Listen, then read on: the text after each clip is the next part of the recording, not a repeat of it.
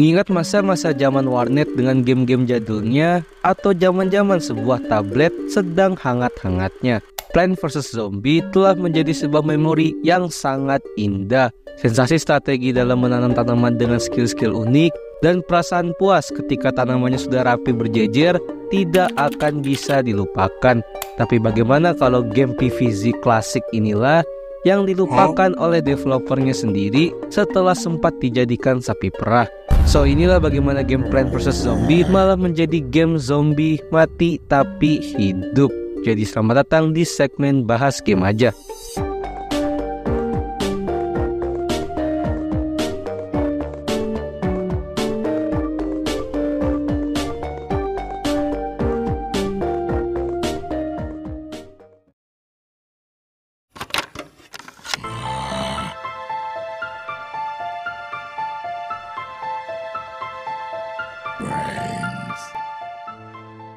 Sebuah game yang lahir dari sebuah developer yang menjadi rajanya game klasik pada tahun 2000-an, ya PopCap, sebuah developer di balik game-game PC Legend seperti Zuma, Feeding Frenzy, Bejeweled, Peggle, Insaniquarium, dan Subscribe Dazzle Simulator, dan lain-lain.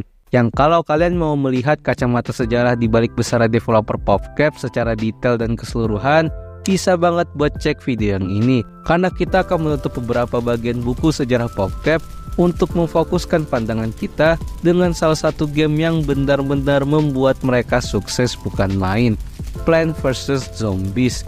Sebuah game dengan genre tower defense yang paling ikonik karena memiliki konsep dan mekanik yang sangat berbeda, yang dibawakan dengan tema yang sangat unik juga, yaitu sebuah tanaman-tanaman yang memiliki skill-skill khusus yang akan melawan para zombie-zombie yang semakin tinggi stage-nya, makin beragam dan sulit pula para zombinya. Dan menurut beberapa artikel, Plants vs Zombie awalnya didesain untuk menjadi sebuah sequel atau lanjutan dari game Insaniquarium karya PopCap juga, dan tentu saja menggunakan genre tower defense, di mana awalnya sang desainer yaitu George Fan, yang memang merupakan seorang karyawan full-time di PopCap Games, memiliki konsep awal kalau game PvZ yang awalnya belum memiliki nama itu adalah sebuah ikan-ikan yang sedang berusaha mempertahankan akuariumnya dari serangan alien yang akan menyerang akuariumnya itu juga.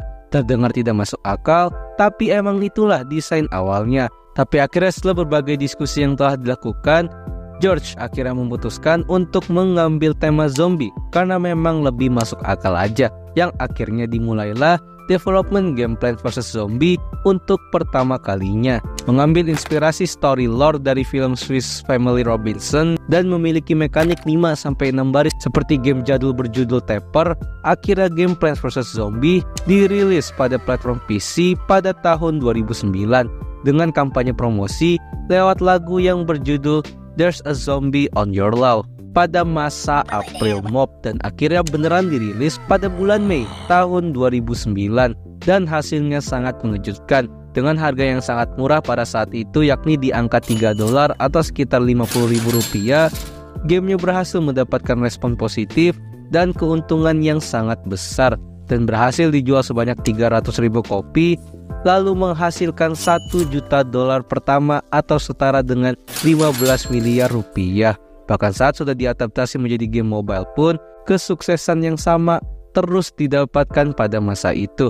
Bahkan sejak masuk platform mobile, gamenya telah didownload sampai 9 juta kali pada awal-awal. Pada akhirnya karena kesuksesan game PvZ, PopCap akhirnya bisa memiliki nama dan mulai mendapatkan banyak atensi.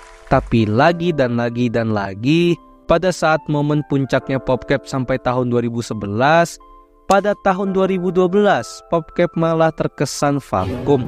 Bahkan setelah vakumnya selesai, PopCap hanya merilis game-game yang sama dengan iming-iming sequel. Yang kejadian lengkapnya itu udah gue bahas di video yang gue rekomendasikan di awal tadi. Yang intinya, karena ketidakjelasannya PopCap ini pada tahun itu, PopCap akhirnya resmi disentil atau mungkin diakuisisi oleh developer EA Games dengan valuasi sekitar $650 juta atau setara dengan 10 triliun rupiah. Tapi apakah angka yang sangat gila ini akhirnya bisa membangkitkan game-game buatan PopCap?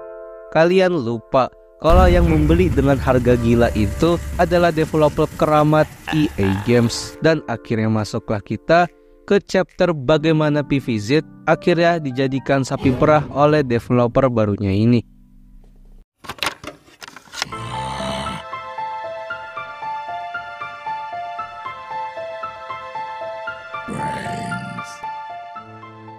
Tidak usah dipungkiri kalau EA di era sekarang sudah terlalu banyak membunuh para perusahaan game dan bahkan game-game karya mereka sendiri dikarenakan sifat greedy atau serakahnya yang terlalu frontal, dan itu terjadi pada game Plants vs Zombie juga.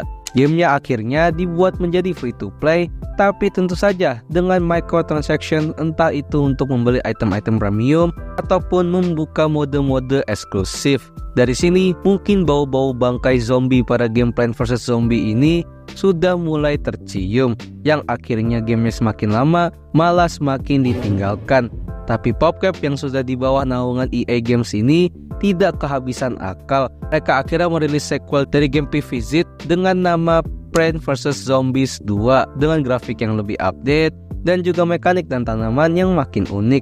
Tapi tentu saja, gamenya sempat mendapatkan review buruk karena banyaknya sistem pay to win pada gamenya juga. Para fans juga merasa kesal karena banyaknya tanaman-tanaman yang harusnya bisa dimainkan secara bebas dan free pada game Plants vs Zombie klasik atau yang pertama malah menjadi berbayar atau sulit didapatkan pada game sequelnya ini. Yang tentu saja ini malah membuat orang yang punya uang lah yang punya kuasa dan bisa menikmati gamenya. Tapi alih-alih berusaha mengoptimalkannya, developernya malah terus dan terus membuat game-game baru yang membawa nama franchise Plants vs Zombies dengan genre yang mulai melenceng, seperti Plants vs Zombie Heroes yang merupakan game kartu strategi seperti Clash Royale, dan game yang berjudul Plants vs Zombie Garden Warfare 1 dan 2 dengan genre third person shooternya yang sebenarnya lumayan mendapatkan respon positif karena memang bagus-bagus aja. Tapi orang-orang mulai melihat kalau PVZ mulai dibawa ke arah yang aneh dan terkesan di milking abis-abisan. Dan ini semua dibuktikan dengan dirilisnya demo Plants vs Zombies 3 yang ternyata gagal total. Karena walaupun basicnya adalah sama yaitu tower defense, tapi mulai dari sistem mekaniknya dan cara mainnya itu beda banget. Pertama, alih-alih menggunakan sistem matahari jatuh seperti game-game sebelumnya, gamenya malah menggunakan sistem 10 matahari yang kesannya mirip dengan sistem elixir dari game Clash Royale. Dan yang paling tidak jelas adalah gamenya yang berbasis potret atau HP berdiri, yang pada akhirnya gamenya dihujat habis-habisan oleh fans dan akhirnya game Plants vs Zombies 3 resmi dihapus dari pasaran pada November tahun 2020 kemarin. In the end, game Plants vs Zombie franchise sudah seakan-akan seperti seorang zombie karena gamenya memang hidup sampai sekarang, tapi di sisi lain juga terkesan mati karena tidak adanya respect dari sang developer pada franchise-nya. Apalagi game-game sapi perahnya dengan iming-iming sequelnya itu cukup gagal, terutama pada Plants vs Zombies 3. Jadi kira-kira apakah menurut kalian PVZ franchise ini akhirnya sudah mati atau ya masih hidup-hidup aja? Bisa banget buat kasih pendapat kalian di kolom komen. Terima kasih telah menonton video ini. Gimana? Kalian masih main game-game Plants vs Zombie ini gak? Silahkan komen juga. Lagi dan lagi, studi kasus developer serakah gak ada habisnya. Bahkan game-game dengan franchise ternama seperti Plants vs Zombies akhirnya bernasib tidak jelas seperti sekarang. Apakah ini berarti game-game franchise lama memang tidak ada berkesempatan untuk eksis ke era sekarang? Bisa banget buat request di kolom komen juga. Jadi jangan lupa subscribe Dazzle. Dah.